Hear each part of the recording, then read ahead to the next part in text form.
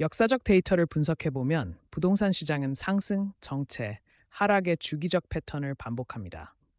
1990년대 이후 한국의 부동산 가격 추이를 보면 약 15년 주기로 같은 흐름이 반복되고 있습니다. 이는 경제의 기본 원리에 따라 필연적으로 발생하는 현상입니다. 경제 지표와 부동산 시장이 어떻게 연결되는지 자세히 살펴보겠습니다. 부동산 상승기는 경제 호황과 함께 시작됩니다. 저금리 환경이 지속되면 대출이 쉬워지고 고용률이 상승하면 주택 수요가 자연스럽게 증가합니다. 2010년대 초반을 보면 기준금리 2% 미만의 저금리와 지속적인 GDP 성장이 부동산 가격 상승을 이끌었습니다. 이처럼 경제 지표의 호조는 부동산 시장에 직접적인 영향을 미칩니다. 상승기가 지속되면 과열 신호가 나타나기 시작합니다. 인플레이션 지수가 4%를 넘고 가계부채 비율이 급증하며 중앙은행은 금리 인상을 고려하게 됩니다. 2017년의 경우를 보면 가계부채가 GDP의 90%를 넘으면서 정부의 규제 강화와 금리 인상이 시작되었습니다. 이러한 지표들은 상승기의 끝이 다가오고 있음을 경고합니다. 금리 인상은 부동산 시장의 전환점이 됩니다. 대출 비용이 증가하면서 분양률은 50% 아래로 떨어지고 거래량이 급감하기 시작합니다. 2019년 말의 상황처럼 금리가 정점을 찍으면 개발사들의 부도 사례도 늘어납니다. 이 시기에는 매수자와 매도자 간의 가격 협상이 길어지며 시장이 정체되는 현상이 나타납니다. 경제 위기가 본격화되면 부동산 시장은 하락기에 접어듭니다. 실업률이 증가하고 청년 실업률 10% 이상, 중앙은행의 긴축 정책이 강화되며 외국인 투자자들이 자본을 회수하기 시작합니다.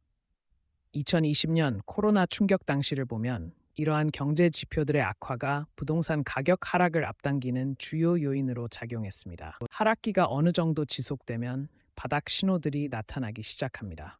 금리 인하 기대감이 형성되고 정부는 규제 완화 정책을 발표하며 감정가 대비 20% 이상 할인된 매물들이 시장에 나타납니다.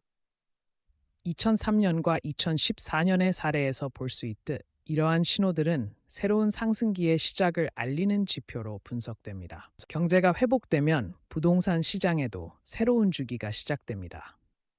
주식시장의 상승으로 소비 심리가 회복되고 건설업체들의 실적이 개선되면서 토지 매수 움직임이 활발해집니다. 2005년과 2017년의 경우를 보면 경제 지표들의 호전이 부동산 시장의 상승을 이끄는 선순환 구조가 만들어졌습니다. 각 부동산 주기는 고유의 특성을 가집니다. 2000년대 초반의 주기는 IT 버블의 영향이 컸던 반면 2020년대 주기는 초저금리 환경이 주요 요인이었습니다. 그러나 이러한 변수들 속에서도 금리, 고용률, GDP 등 기본적인 경제 지표가 부동산 시장에 미치는 영향은 일관되게 나타납니다. 부동산 시장의 주기를 이해하면 효과적인 투자 전략을 수립할 수 있습니다. 상승기 초기에는 공급이 부족한 지역에 투자하고 정체기에는 유동성을 확보하며 하락기 말기에는 할인 매물을 노리는 것이 기본 원칙입니다. 2010년대 초반의 성공 사례들을 보면 이러한 경제주기 분석을 바탕으로 한 전략이 큰 성과를 냈습니다. 부동산 시장의 주기적 특성은 경제의 기본 원리를 보여줍니다. 금리, 고용률, GDP 성장률 등의 경제 지표들은 부동산 가격과 불가분의 관계를 맺고 있으며 이는 역사적으로 반복되어 온 사실입니다. 따라서 현명한 투자자는 장기적인 변동에 흔들리지 않고 이러한 주기적 패턴을 이해해 장기적인 관점에서 시장을 분석해야 합니다.